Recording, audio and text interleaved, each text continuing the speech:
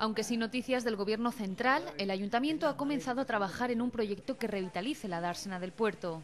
En el borrador de este ambicioso proyecto, lo fundamental es que este espacio sea una marina, es decir, un espacio donde prevalezca su uso deportivo naval. O sea, el eje fundamental de ese espacio es una marina.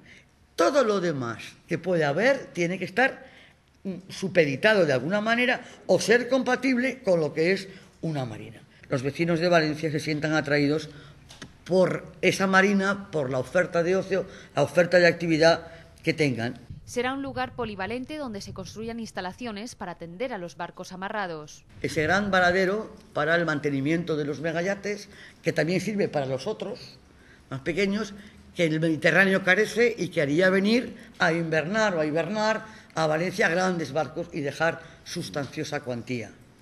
Todo ello supondría, según Rita Barberá, un gran movimiento económico para la ciudad y la creación de nuevos puestos de trabajo.